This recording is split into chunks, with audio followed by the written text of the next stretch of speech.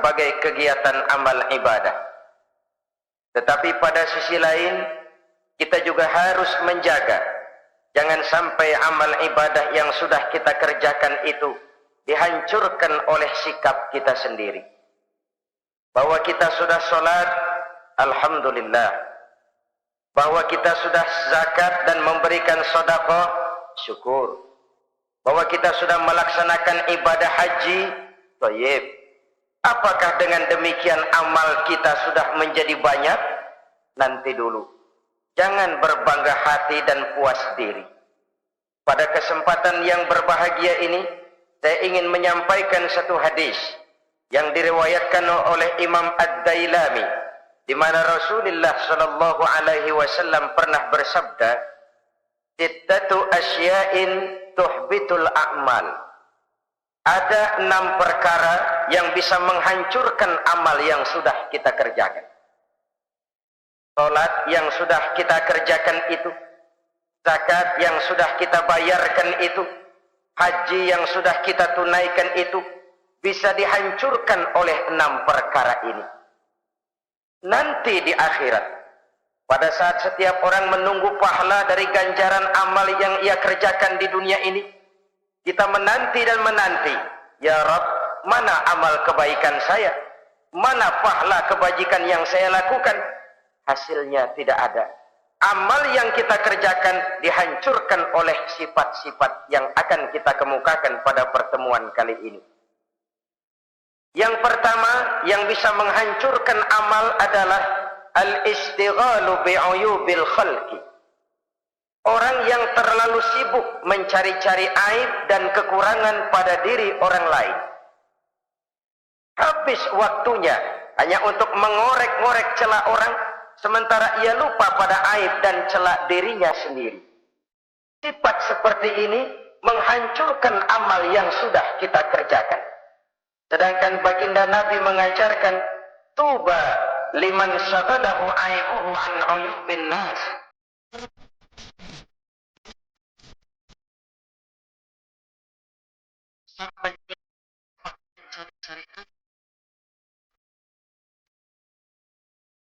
Saudara-saudara kaum muslimin rahimakumullah, sibuk mencari aib orang tentu bukan dengan tujuan positif. Latar belakangnya kadang-kadang karena jealous, karena hasud, kecemburuan sosial. Sore, pagi, siang, malam kita korek-korek kesalahan orang dengan target hancur martabatnya, jatuh kehormatan dirinya, hilang nama baiknya, dilupakan dan terisolir dari tengah-tengah masyarakat. Perbuatan yang demikian sungguh terlalu amat sangat kejam. Salat kita, puasa kita, haji kita bisa dihancurkan jikalau kita terlalu sibuk mencari-cari aib orang lain. Muslim dengan muslim itu bersaudara. Kalau kita menganggap muslim yang lain adalah saudara kita, maka aibnya adalah aib kita, kekurangannya juga adalah kekurangan kita. Pada saat kita melihat pada dirinya terdapat kekurangan, tugas kitalah menutupi. Ini yang dijamin oleh Nabi, man satara musliman satarahullahu fid dunya wal akhirah. Siapa yang menutupi aib dan celah orang-orang beriman, Allah akan menutupi aib dan celahnya di hari akhirat nanti. Zaman sekarang zaman gosip, zaman sekarang zaman isu, sehingga hal yang 1 meter pun dapat jadi 5 meter, yang 5 meter dapat saja menjadi 10 meter. Kita sibuk membumbui hal-hal yang kita tidak tahu duduk perkara yang sebenarnya. Bahkan lebih celaka, kadang-kadang kita malah sok tahu, memberikan vonis dari sudut pandang kita sendiri. Adalah tidak bijaksana jika kita mengukur baju orang lain dengan badan sendiri. Baju orang lain kita ukur pakai badan kita, tentu saja enggak pas.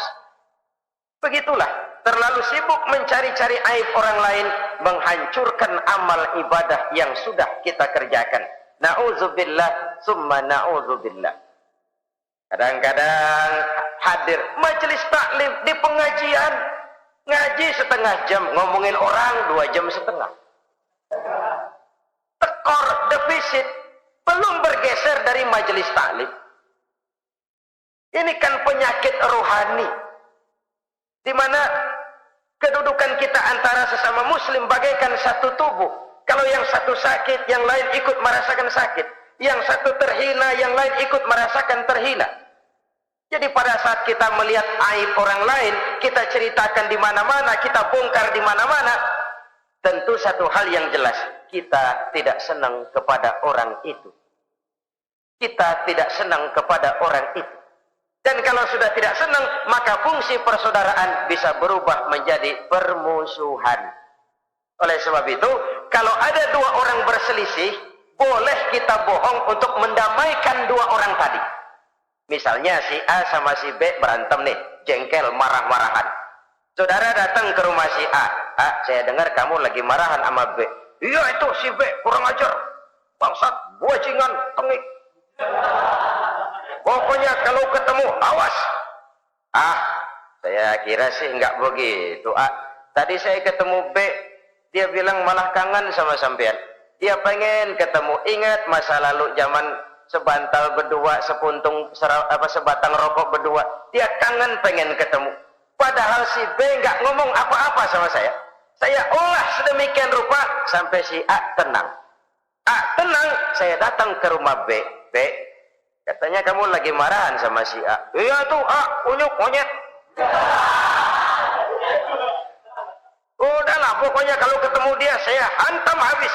Ah, barusan saya ketemu si A, dia bilang pengen ketemu ente, pengen ngobrol kayak dulu, mengembalikan keharmonisan yang hilang, mengembalikan kehangatan persaudaraan yang lenyap.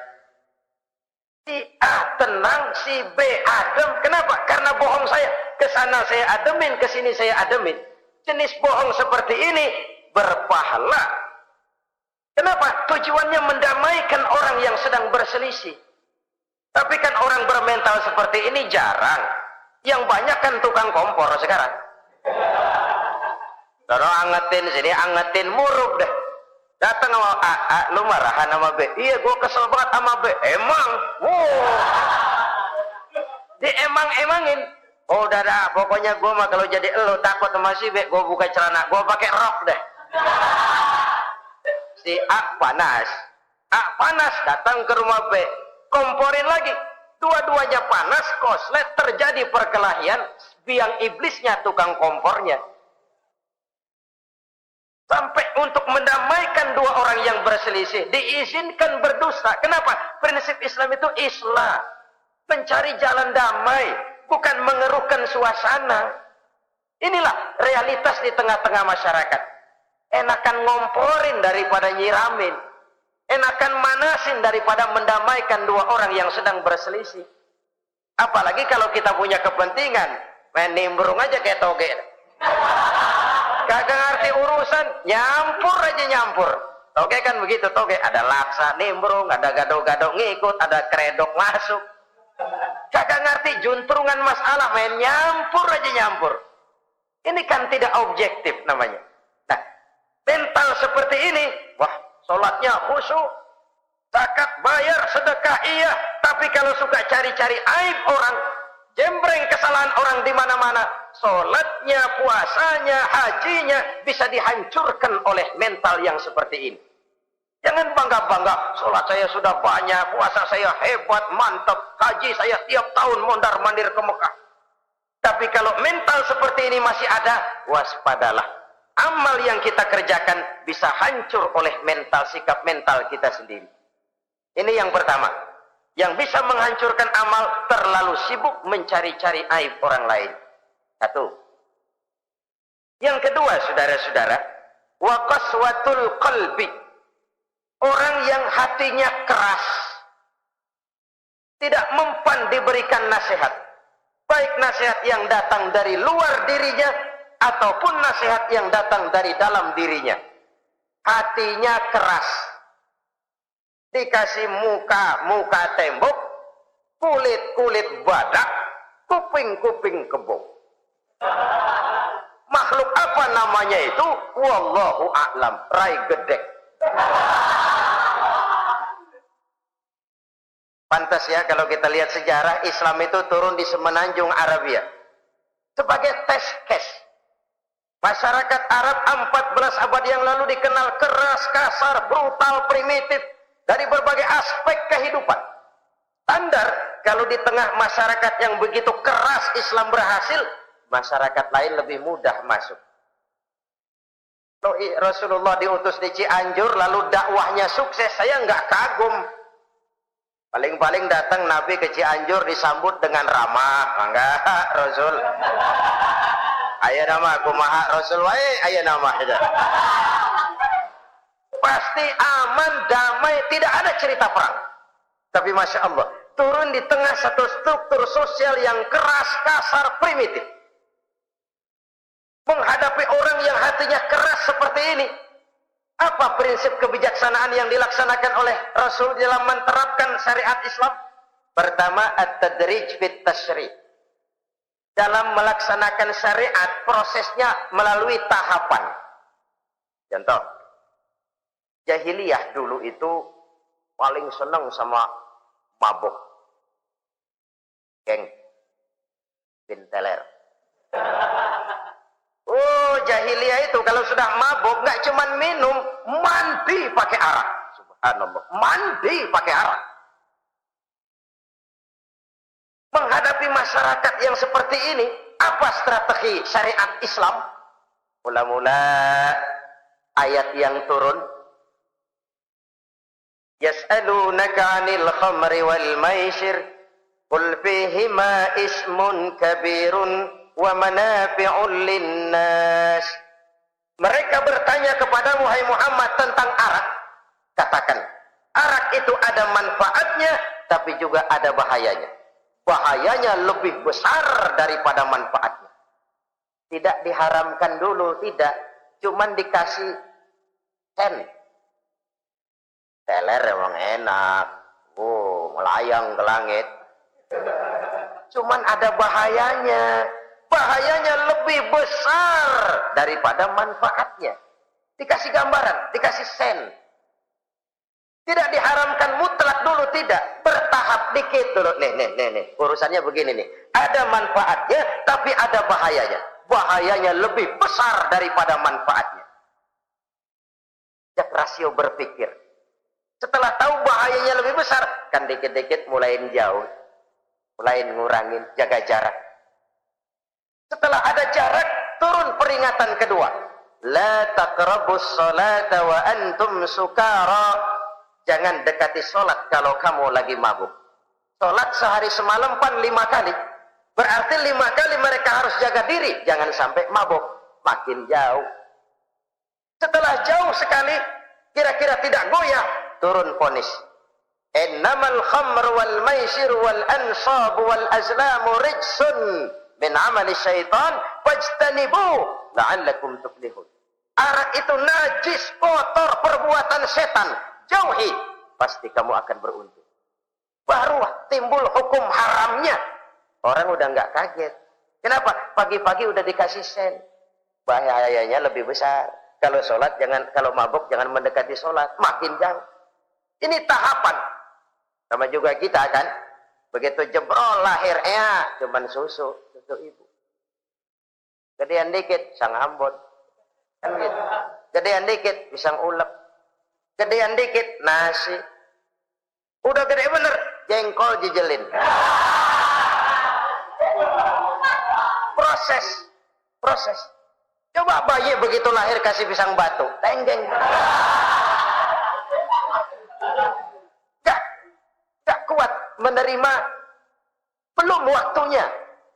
Ini proses yang dilaksanakan oleh strategi syariat Islam untuk mengobati penyakit qaswatul qalbi ini, keras hati. Syariatnya bertahap, tidak drastis. Tidak kalau sudah begitu ya mesti begitu, tidak. Konsep kedua, taklilut takalif, menyedikitkan beban.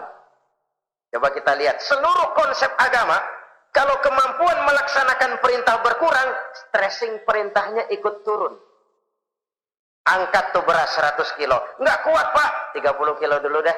Ntar balik lagi, lama-lama juga habis. Ini konsep untuk mengobati qaswatul qalbi. Bertahap. Semua perintah agama itu begitu. La yukallifullahu nafsan illa wus'aha. Allah tidak memberikan beban kecuali sesuai dengan kemampuan yang dimiliki oleh seseorang. Kalau kemampuan melaksanakan perintah berkurang, stres perintahnya juga ikut menurun. Sholat wajib diri. Kalau mampu. Gak bisa Pak sholat berdiri. Sholat dengan berbaring. Kalau mampu. Berbaring gak bisa Pak. Pinggang kurap. Sholat pakai isyarat. Kalau mampu pakai isyarat tidak bisa. Dalam hati setiap kemampuan melaksanakan perintah berkurang, stres perintahnya juga menurun. Taklilut takalif ini juga salah satu strategi mengantisipasi kerasnya hati. Nah, konsep yang ketiga dari syariat, al-musawat bainan nas fi takalifil ahkam. Persamaan terhadap manusia di dalam berhadapan dengan hukum Allah. Kadang orang yang hatinya keras itu, logikanya jalan, ngukur suasana. Gimana sih lo? Menggerib kagak bawa ke masjid? No, yang Pak Haji masih di perapatan. Yang Pak Haji disebut. Itu kan cenderung orang begitu. Kalau dia nyolong ayam, dia tunjuk orang yang nyolong kambing. Ini apologi namanya. Kenapa lo nyolong ayam? No, yang maling kambing urusin, gedean. Apologi. Lah kapan mau beres kalau begitu? Tidak introspeksi, tidak self correction. Itu apologi. Untuk menutupi kelemahan diri, menunjuk kesalahan orang lain yang lebih besar. Itu kan nggak jantan namanya. Apologi. Tidak ada sifat untuk memperbaiki diri sendiri. Karena kecenderungan ini ada, Islam menutupi itu. Dengan apa? Semua manusia sama dalam berhadapan dengan hukum Allah. Gak ada iri hati dalam hukum Islam ini. Sholat wajib. Wajib. Bagi siapa? Yang sudah balik dan mampu. Terhadap semua strata. Jenderal wajib, kopral wajib. Apalagi hansip. Tidak ada fasilitas. Wah kamu jenderal nggak apa-apa dah sembahyang setahun 2 kali, Idul Fitri aja sama Idul Adha. Enggak tuh. Semua manusia sama dalam berhadapan dengan hukum Allah. Itu yang Nabi ingatkan. Orang-orang sebelum kamu dahulu hancur, umat-umat sebelum ini rusak binasa. Kenapa? Karena mereka kalau orang kecil berbuat salah, hukum cepat-cepat ditegakkan. Tapi kalau yang besar berbuat salah, mereka diam pura-pura tidak tahu. Jadi apa ini? Yang namanya mafia peradilan bukan cuma zaman ayeuna. Sejak zaman sebelum Islam Nabi sudah mengingatkan, mereka dahulu hancur. Kenapa? Kalau orang kecil berbuat salah, hukum buru-buru ditegakkan. Ramai-ramai dikeroyokin. Giliran yang gede berbuat salah, diam pura-pura enggak tahu. Hukum pakai pandang bulu. Saudara-saudara kaum muslimin rahimakumullah.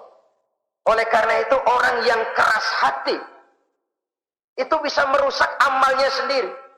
Enggak mempan nasihat, rai gede, muka-muka cuek. Baik nasihat yang dari luar maupun nasihat yang dari dalam enggak mempan. Kan dalam hidup ini ada nasihat dari luar, dari orang lain, bisa dari fenomena kehidupan. Ini juga nasihat. Oh, dia itu kaya tapi pelit. Hatinya begitu ya. Katanya menteleng. Itu kan nasihat. Itu kan nasihat. Oh, dia waktu berkuasa tapi zalim, matinya begitu. Perutnya pancung.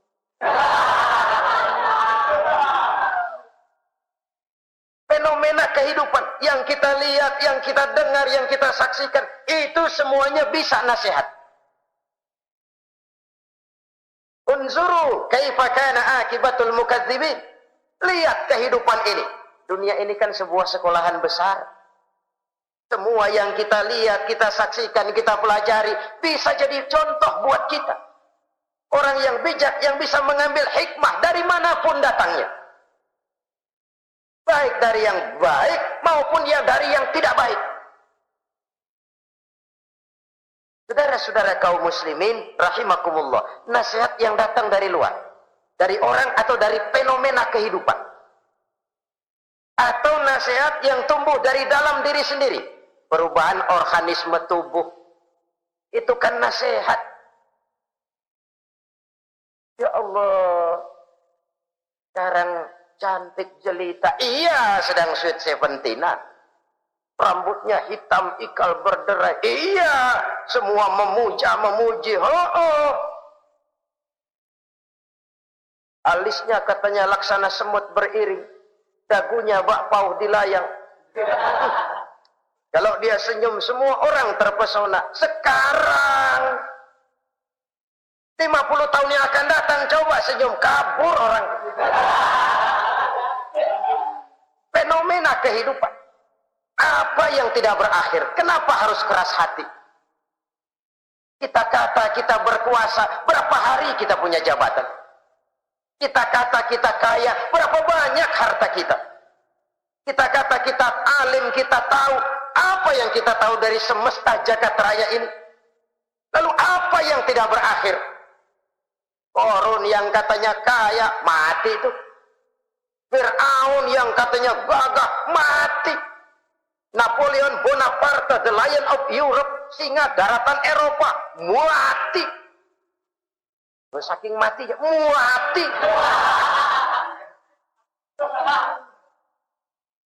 Kenapa harus keras hati? Kenapa tidak melihat perubahan fenomena alam sekitar ini? Apa yang tidak berakhir? Apa yang tidak selesai? Lalu apa yang mau kita sombongkan? Kenapa kita harus keras hati? Sehingga pantas dalam hadis kursi Allah menyatakan al-kibriya'u libasi. Sombong itu pakaianku. Manusia enggak pantas pakai pakaianku, kegedean. Pakaian Allah mau dipakai. Kalau Allah sombong, udah pantas aja udah. Kenapa? Kagak ada Tuhan lain selain dia. Udah pantas dia nyombong. Kita nyombong apaan? Oleh sebab itu, beruntung orang kalau diberikan hati yang lembut, mudah menerima kebenaran, peka terhadap kesulitan orang lain, ringan tangan memberikan pertolongan buat mereka yang memang memerlukan. Dan enggak semua orang dikasih begitu. Enggak semua orang. Lain ya, Umar bin Khattab sikapnya keras, tapi hatinya gampang menerima kebenaran. Nah, lain orang kayak begini. Keras sikap boleh keras, tapi hati mudah menerima kebenaran. Wah, kalau Umar kerasnya kan luar biasa, tapi hatinya kok gampang menerima kebenaran. Ini hidayah. Coba lihat waktu berita Rasulullah meninggal dunia, sampaikan oleh para sahabat, Umar jengkel, cabut pedang. Siapa bilang Muhammad mati, saya tabas batang lehernya. Dia enggak siap menghadapi kenyataan. Emosinya yang jalan, bukan rasionya. Keras. Bilang deh, Muhammad meninggal, saya tabas batang lehernya. Untung ada Sayyidina Abu Bakar. Beliau tidak bicara langsung, cuma pidato. Ayyuhan nas, man kana ya'budu Muhammadan fa inna Muhammadan qad mata. Wa man kana ya'budu Allah fa inna Allah hayyul la yamut. Hai manusia, siapa yang menyembah Muhammad, Muhammad sudah meninggal. Tapi siapa yang menyembah Allah, Allah Maha hidup dan tidak akan pernah mati buat selama-lamanya. Sayyidina Umar tersentak. Subhanallah, saya salah. Bagaimanapun Muhammad hanya seorang manusia. Saya cinta dia, saya suka dia, nyawa saya pertaruhkan untuk dia. Tapi dia manusia dan saya tidak menyembah Muhammad. Ia sadar akan kekeliruannya, berlinang air matanya. Keras sikapnya, tapi lembut hatinya. Nah, yang kayak begini, bagus. Ini udah sikap keras, hati keras, yaitu tadi. Buka tembok, kulit buadak, kuping kebo. Diapain aja udah nggak mempan aja udah. Susah yang kayak begini. Saudara-saudara, ma'asyiral muslimin rahimakumullah. Jadi yang kedua yang bisa menghancurkan amal kita, orang yang hatinya keras. Wah. Yang ketiga sekarang, yang bisa menghancurkan amal kita itu wa hubbud dunya. Orang yang terlalu cinta kepada dunia. Nih pakai kalimat terlalu ya. Kalau sekadar cinta kepada dunia, why not? Kita cinta anak dan istri, wajar. Kita cinta harta benda, tentu. Kita cinta sanak famili dan seluruh handai tolan, memang. Kita juga cinta kepada bangsa dan tanah air, itu bagian dari iman, persilahkan. Yang tidak boleh itu kalau sudah pakai kalimat terlalu. Terlalu. Sebab kalau sudah terlalu, itu sudah di luar kontrol. Orang lalu menghalalkan segala cara. Terlalu cinta kepada jabatan. Akhirnya bergeser. Sholat menghadap Allah. Dengar mau pindah jabatan ke tempat kering, gerasak gerusuk nyari dukun. Ini kan namanya iya kana budu wa dukun nasta'in. Nggak bisa wong itu satu paket. Kalau iya kana budu wa iya kana nasta'in. Kalau hanya kepadamu ya Allah kami menyembah, hanya kepadamu kami minta tolong. Ini paket, jangan dipisah-pisah. Menyembahnya kepada Allah, minta tolongnya kepada yang lain. Sinkret, bercampur. Iya, kalau es campur enak. Tapi kalau agama dicampur dengan yang lain, nggak enak rasanya. Sama juga begini, ada gelas ya. Kalau sepenuhnya diisi bensin, itu ketahuan, bisa diminum motor. Kalau sepenuhnya diisi air putih, jelas bisa diminum orang. Tapi begitu separuh diisi bensin, separuh diisi air putih, kacau dah. Motor minum, mogok. Orang minum, mabok. Dijual juga nggak laku. Kenapa? Sinkret. Maka Allah pesan, wala talbisul haqqa bil batil. Jangan kau campur aduk yang hak dengan yang batil. Sekianlah jumpa kita kali ini. Insya Allah kita lanjutkan di lain kesempatan. Terima kasih atas segala perhatian. Mohon maaf atas segala kekurangan. Usikum wa nafsi bitaqwallah. Wassalamualaikum warahmatullahi wabarakatuh.